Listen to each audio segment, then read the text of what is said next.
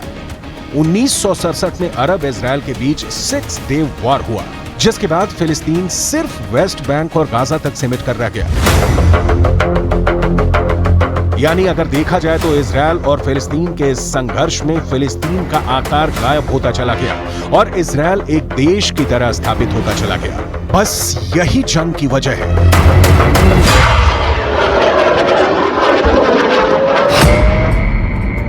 Hamas कहता है कि जहां इजराइल मौजूद है वो फिलिस्तीन की मातृभूमि है, जबकि इजराइल ये कहता है कि जहां हम मौजूद हैं ये यहूदियों की ऐतिहासिक जमीन है।